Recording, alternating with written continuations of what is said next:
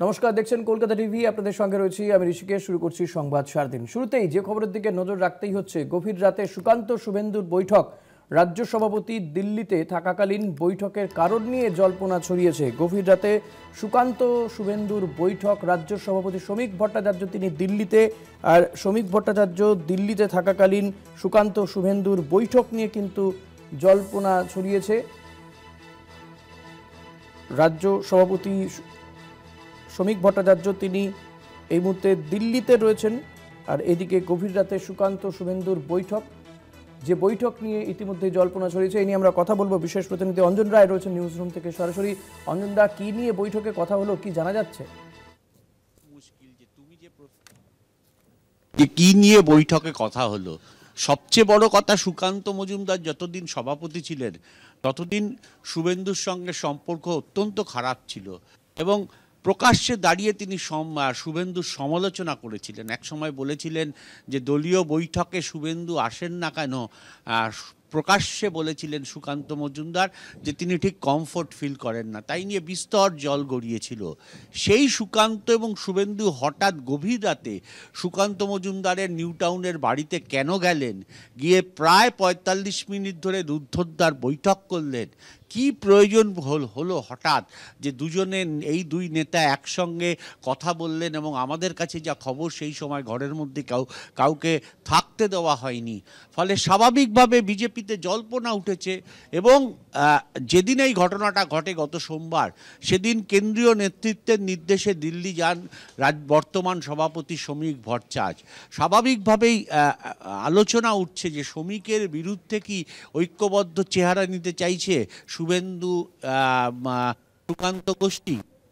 নতুন কমিটিতে কি শুভেন্দু এবং সুকান্তের লোক কম হচ্ছে বলেই দুজনে হাত মেলালেন শ্রমিকের বিরুদ্ধে। ইতিমধ্যে জানো যে শ্রমিকের পাশে দাঁড়িয়ে গেছে রাহুল সিনহা, প্রাক্তন সভাপতি দিলীপ ঘোষ এবং পুরনো দিনের আরএসএস এবং বিজেপির কর্মীরা। ফলে বেশ একটা টাইট পজিশন বলতে পারো দলের মধ্যে শ্রমিকের রয়েছে।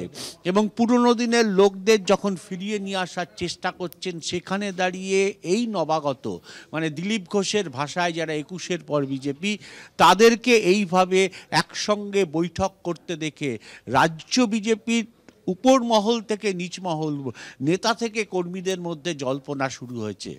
তুমি দেখতে পাচ্ছ যে একটা চিঠি আমরা মেল দেখাচ্ছি, যে মেলে এই অভিযোগ, বিজেপির এক প্রাক্তন নেতা যিনি সংখ্যালঘু সম্প্রদায়, তিনি সরাসরি জেপি নাড্ডাকে এই নিয়ে চিঠি লিখেছেন যে নির্বাচনের আগে এই ধরনের বৈঠক যেভাবে প্রকাশ্যে এসছে, যার ছবি যেভাবে ভাইরাল হয়েছে, সেটা দলের মুখ পুড়ছে এবং নির্বাচনের আগে এটা অত্যন্ত খারাপ। সেই সঙ্গে সঙ্গে এই চিঠিতে উল্লেখ করা হয়েছে যে শুভেন্দু অধিকারী এবং সুকান্ত মজুমদার রাজ্য সভাপতিকে না জানিয়ে বিভিন্ন জেলা সফর করছেন, যা কার্যত বিজেপির নিয়ম অনুসারে যা কার্যত গঠিত অপরাধ। সভাপতির গোচরে নেই এরকম বহু জায়গায় তারা যাচ্ছেন এবং তারা জানাচ্ছেনই না যে তারা কোথায় দলীয় কর্মসূচি করছেন। ফলে সবটা নিয়ে কিন্তু বিজেপিতে নতুন করে একটা সমীকরণ তৈরি হয়েছে। একদিকে শ্রমিক দিলীপ, রাহুল সিনহা, অন্যদিকে শুভেন্দু সুকান্ত। নিঃসন্দেহে যখন কর্মীরা ভাবছিলেন যে ২৬-এর আগে একটা ঐক্যবদ্ধ চেহারা বিজেপিকে দেখা যাবে শ্রমিক ভট্টাচার্য আসার পর, সেখানে দাঁড়িয়ে এই নতুন করে বিভাজন, গভীর রাতের এই বৈঠকে ছবি বেরিয়ে যাওয়া এবং বিজেপির এক কর্মী বা নেতৃস্থানীয় কর্মী বলবো, তিনি সরাসরি নাড্ডাকে এই বিষয়ে চিঠি লিখে পাঠালেন, অভিযোগ করলেন বিজেপির জন্য ২৬-এর নির্বাচনের আগে বড়সড় একটা ধাক্কা হতে চলেছে। কারণ যখন তারা মনে করছেন যে এই এসআইআর হওয়ার ফলে বহু মানুষ বাদ যাবে, প্রায় ১ কোটি, শুভেন্দু অধিকারীর কথা যদি ধরি, তাতে বিজেপি সুবিধে পাবে।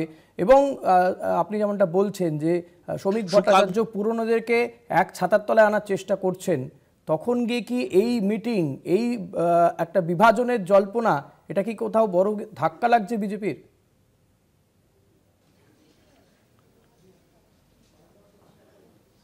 অঞ্জনদা, আমার প্রশ্ন শুনতে পারলেন? অঞ্জনদা, শোনা যাচ্ছে আমার কথা? কোথাও অঞ্জন দা কি শুনতে পাচ্ছেন আমার কথা?